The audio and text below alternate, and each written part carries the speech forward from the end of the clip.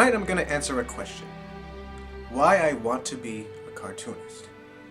This has been a question that my family and many of my friends may have asked. The question, well, my answer to that question is, simple. I don't know. I don't know why I really want to, become a cartoonist, but I know how I got here. How I got this.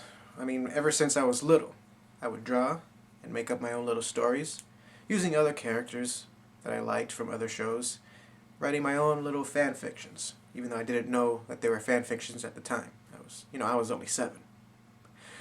But yeah, throughout all these years, using other characters and using other people's storylines, I really got to know myself better, and I've gotten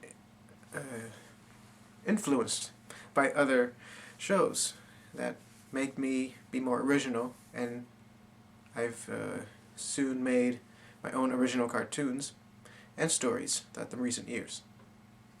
In this video, I will explain a little bit of my history with the cartoons, my stories, and a little bit of my personal life and how it affected my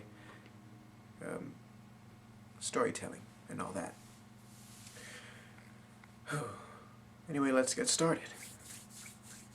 Well, it all started when I was in 2nd grade, and the Rugrats.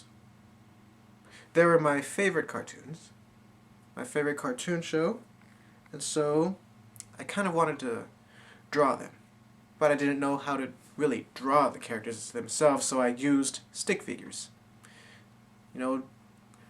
Stick figures with different shaped heads, different hair on the heads, and different colors representing them. So I didn't know what to write about, and I was really into Star Wars when I was 7.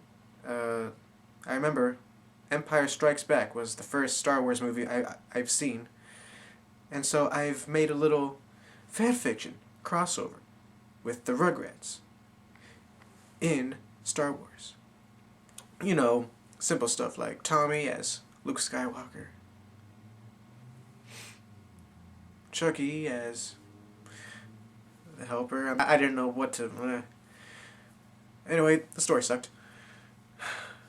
I've soon made other parodies with the Rugrats and different stories, and winding up into video games. Like, I've made Rugrats go to Super Mario World, Wario Land, and other types of video game stuff. Oh boy. What was I thinking? Anyway. Soon, around the end of 3rd grade, I've kind of decided to, lose interest in the whole making the Rugrats, in the whole crossover things, and a new phenomenon came. When I was in 3rd grade, I glanced at a kid holding a Pokemon card, and I was like, what is this? So I looked at it. I won my first Pokemon card at a little contest. It was just a fire energy card. But then I got really interested in this Pokemon stuff. Then my first Pokemon was Charmeleon. The card. Then later, that same summer, I went to my mom. Then I asked her if I could, if she could buy me Pokemon Blue version, and she did. And boy, it really changed my view on everything. That game is the bomb, man. Pokemon Blue version. I loved it. Loved that game. I still play it to this day. Anyway, I've soon got inspired. Instead of using Super Mario's and the Star Wars with my Rugrats, I did Rugrats and Pokemon. I didn't finish that book because I didn't like it. Oh well. But the Rugrats thing started to really die off when I was in 4th grade. Yeah, it really started to change everything, my storytelling in 4th grade, when I really much created myself, or drew myself, an alter ego. You may know him as Jeff. Yes. I really started to make my own Pokemon adventures, stories, because to be honest, I was really jealous of Ash Ketchum. I didn't like him. I always said to myself, I was 10 at the time, I'm a better Pokemon trainer than Ash. So I made my own little stories. Going through the whole Kanto region of Pokemon, getting all the 8 badges. And my version of my stories of Pokemon were much more accurate when it comes to the Pokemon games, rather than the whole series themselves. And then later, around the end of 4th grade,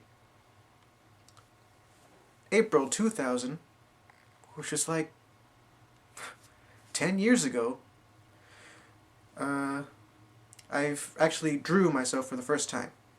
Oh, for the Pokemon, for my own Pokemon adventures, I still drew in stick figures. But I actually drew myself for the first time, using the Pokemon art style in the anime. And then pretty soon it will influence and shape into my own art style. So, I've named that Pokemon book Pokemon the Third Movie. And this was before the actual third movie appeared. And around 5th grade, I've decided to branch off of Pokemon and use my character Jeff in other stories that I try to tell. I've branched into more original stories. They were crappy, but still, I didn't use any references. Like this one book. Jeff in the Rubik's Cube's Islands. And it's just Jeff and his friend Taylor. This is the first time I actually drew Taylor in that same book, and a whole bunch of other characters branching off into different islands by accident, and actually surviving and actually getting off the islands to fight a bad guy. The story sucked, but I really miss it because I threw away the book. I really wish I didn't throw away any of my old stuff. Anyway. So then I decided Jeff and Taylor had chemistry together. And yeah, two best friends in adventures. I've really experimented throughout my middle school years. Jeff and Taylor in different adventures. Like going off to a haunted town, Goosebump books, and a whole bunch of weird adventures that these two have been in. And then, finally, 9th grade, freshman year, I finally got an official story.